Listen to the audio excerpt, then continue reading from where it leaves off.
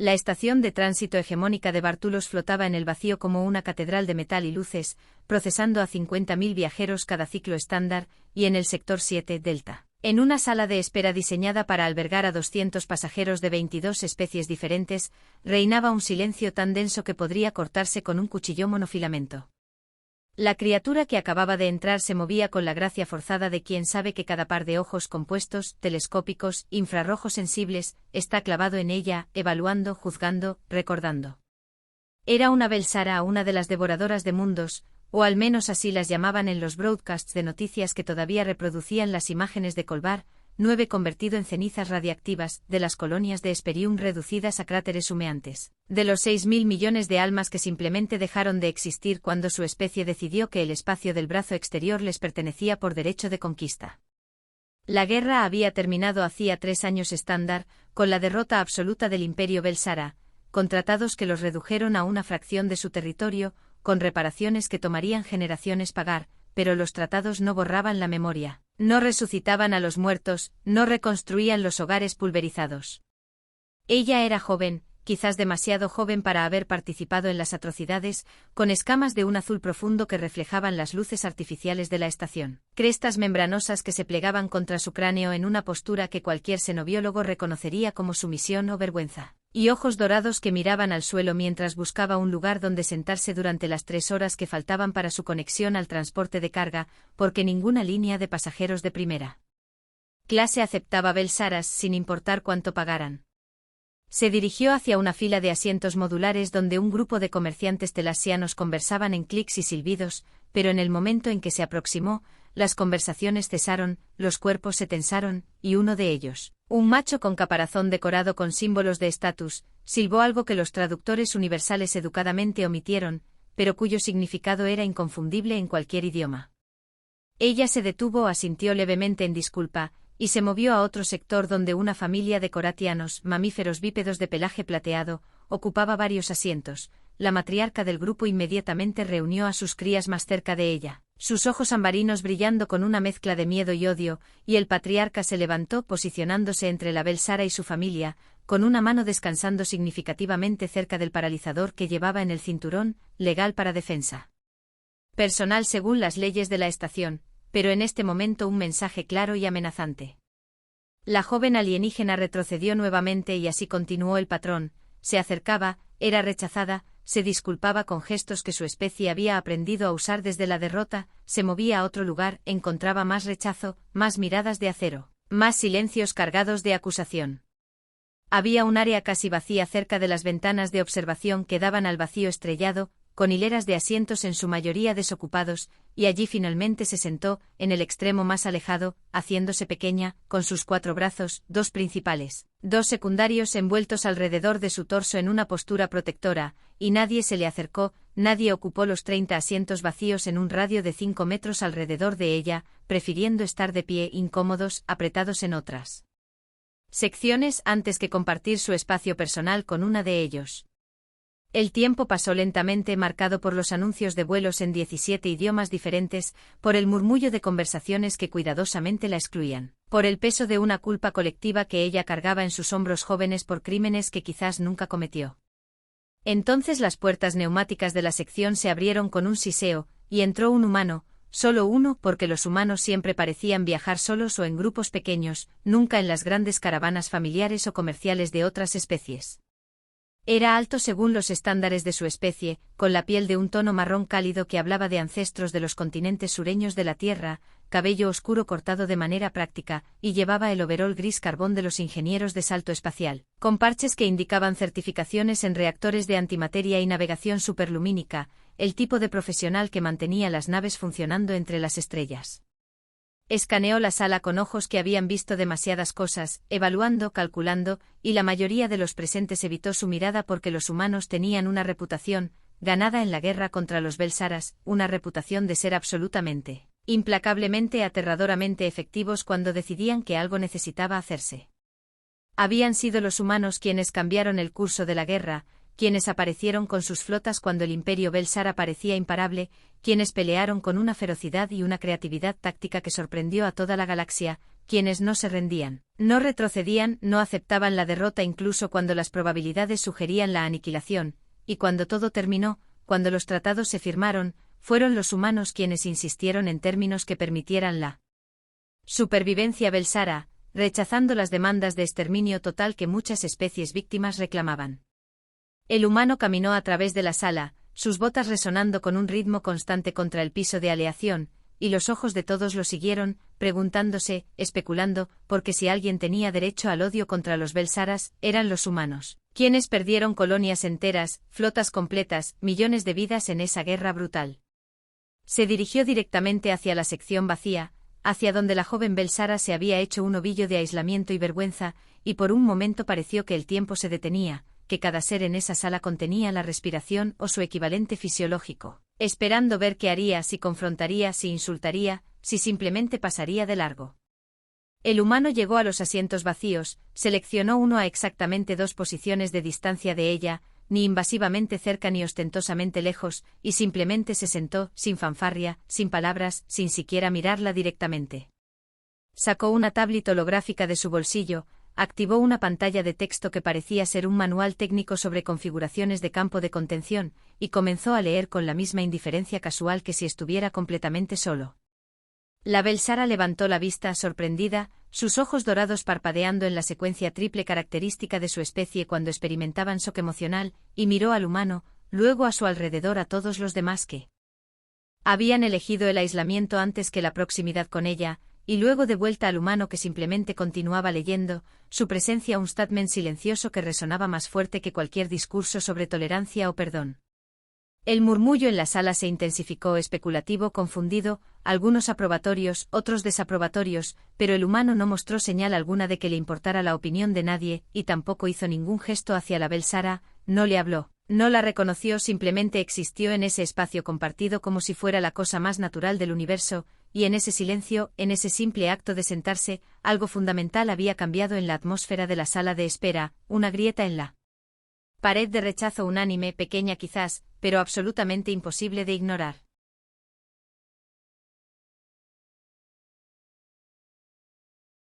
Los siguientes 20 minutos transcurrieron en una tensión que podría medirse con instrumentos científicos. Un campo de incomodidad social que emanaba desde aquellos 2 asientos donde el humano continuaba leyendo su manual técnico con la concentración de alguien que genuinamente encontraba fascinantes las especificaciones de los colectores de plasma de 5ª generación, mientras la belsara permanecía inmóvil, casi petrificada, como si el más mínimo movimiento pudiera romper este frágil momento de normalidad que nunca esperó experimentar nuevamente entre otras especies conscientes.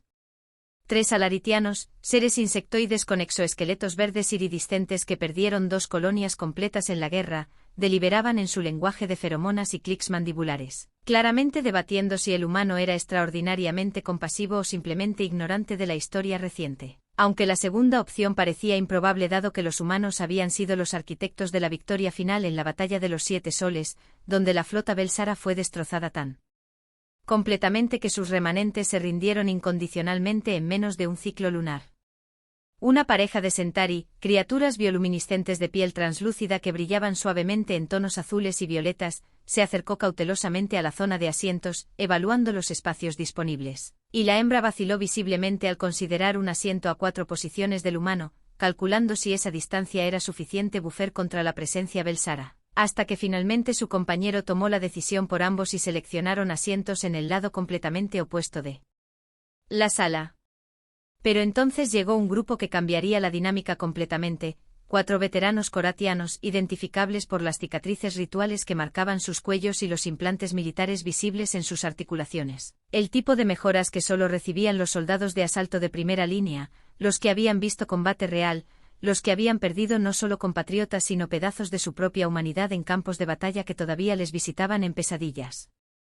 Entraron con la coordinación inconsciente de una unidad que había operado junta demasiado tiempo, escaneando el ambiente con ojos entrenados para detectar amenazas, y se detuvieron en seco cuando notaron la configuración, la deshonrada solitaria, y el humano sentado peligrosamente cerca.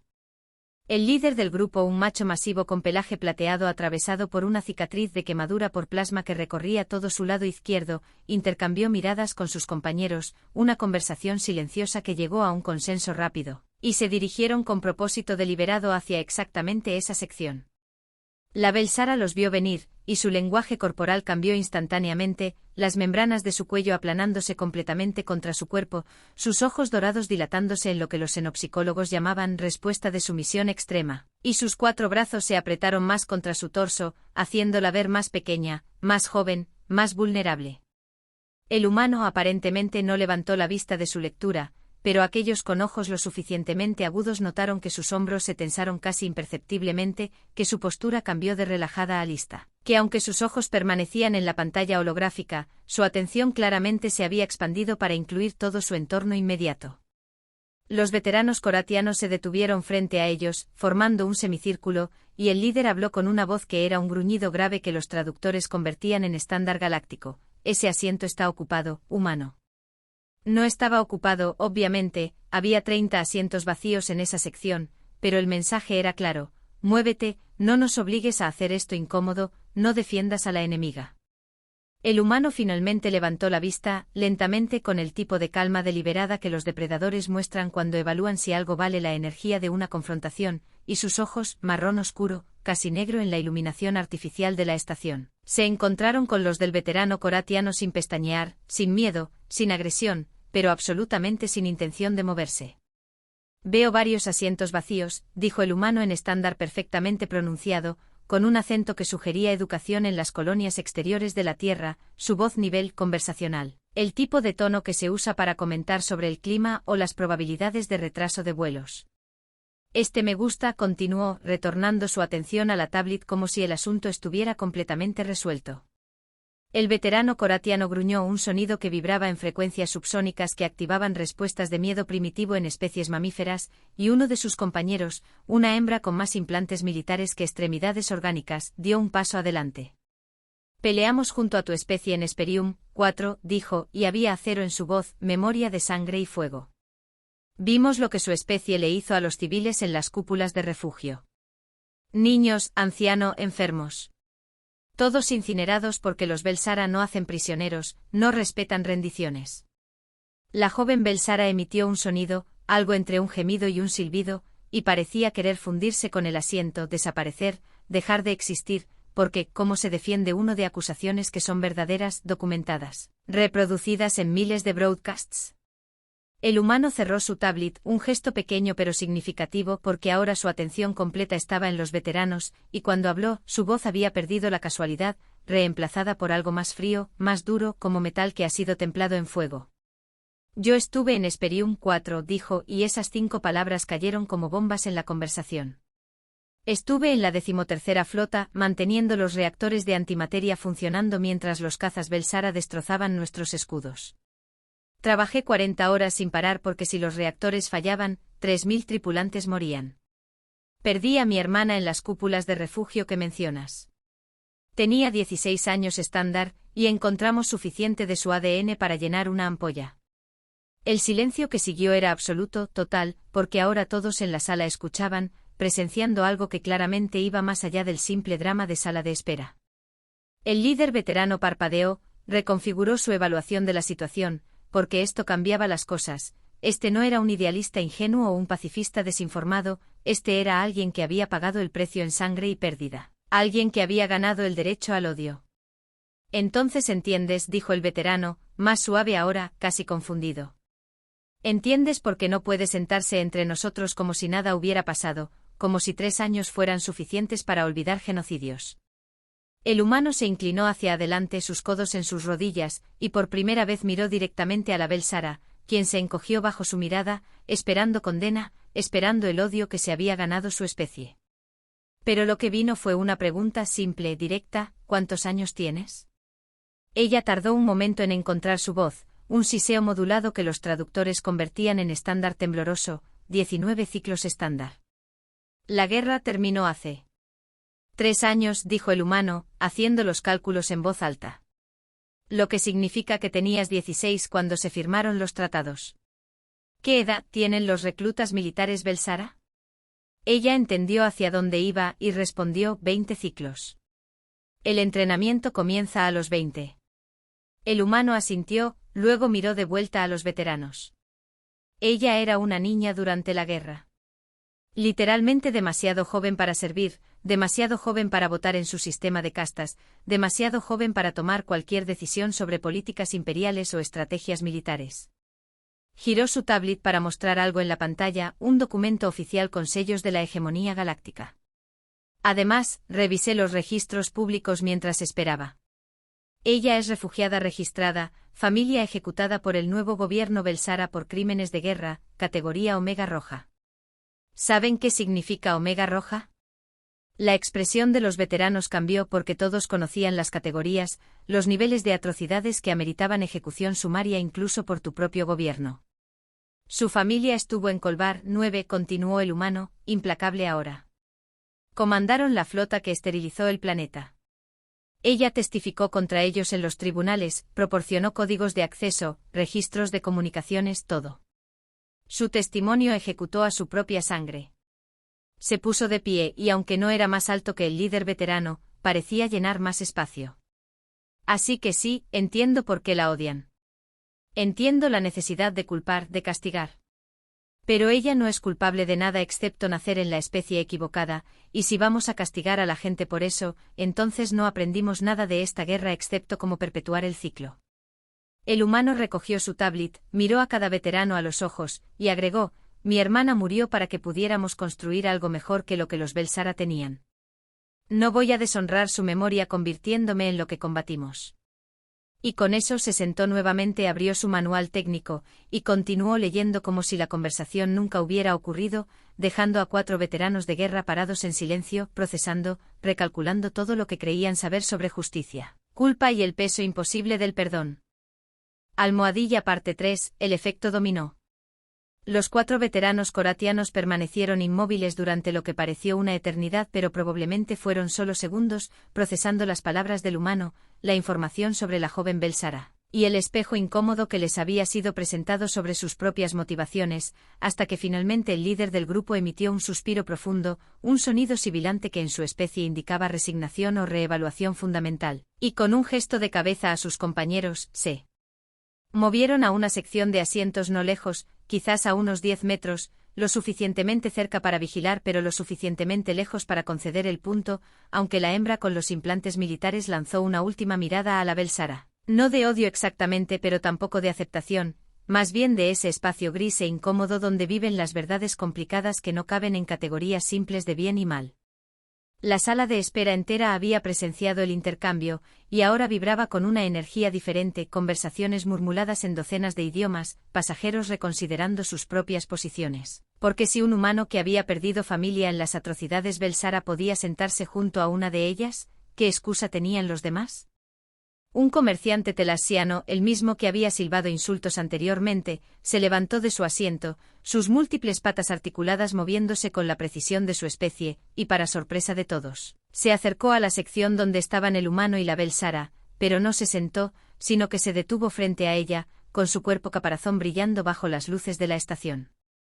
Mi negocio perdió 17 naves de carga en sus flotas de ataque, dijo, sin traducción automática necesaria porque usó estándar galáctico deliberadamente para que todos entendieran, millones en créditos, décadas de construcción comercial, pero... Hizo una pausa, sus órganos sensoriales compuestos enfocándose en ella con intensidad. Tus ojos muestran pigmentación de casta baja, ¿verdad? Casta de trabajadores, no guerrera, no nobleza. La Belsara asintió apenas un movimiento de cabeza, y su voz era casi inaudible, casta de archivistas. Mi familia ascendió por mérito militar, pero yo nací marcada para registros y datos. El telasiano hizo un sonido de clic que su especie usaba para indicar confirmación de sospecha. Las castas bajas no elegían las guerras. El imperio no les preguntaba. No era una disculpa, no era perdón, pero era reconocimiento, y con eso el comerciante regresó a su grupo, aunque esta vez las conversaciones en clics y silbidos tenían un tono diferente, menos venenoso, más contemplativo. La pareja Centauri que había elegido asientos al otro lado de la sala se levantó, y después de una comunicación silenciosa a través de los patrones de bioluminiscencia que pulsaban en su piel translúcida, su forma de lenguaje privado, se movieron más cerca. No exactamente junto a la Belsara, pero cerrando la distancia considerablemente, ocupando asientos a solo 5 metros, y aunque no hablaron ni hicieron contacto visual, su reubicación fue una declaración en sí misma. Entonces la joven Belsara hizo algo inesperado. Habló dirigiéndose al humano que continuaba leyendo su manual técnico con aparente indiferencia a todo el drama que había desencadenado. ¿Por qué?, preguntó, su voz un siseo modulado que temblaba con emoción contenida. ¿Por qué defender a alguien cuya especie mató a tu hermana? El humano no levantó la vista inmediatamente, terminó de leer el párrafo que tenía en pantalla, porque los humanos tenían esa característica peculiar de completar tareas sin importar las interrupciones, y luego cerró la tablet nuevamente, considerando su respuesta con el cuidado de alguien que entiende el peso de las palabras en momentos como este. Porque ella no es su especie, dijo finalmente mirándola directamente. Ella es un individuo. Y mi hermana, antes de morir, estudiaba xenoantropología en la Universidad de Nueva Toronto, escribía ensayos sobre la falacia de la culpa colectiva, sobre cómo las civilizaciones cometen atrocidades precisamente cuando dejan de ver a los individuos y empiezan a ver solo categorías, solo enemigos monolíticos. Se reclinó en su asiento con los ojos todavía fijos en ella.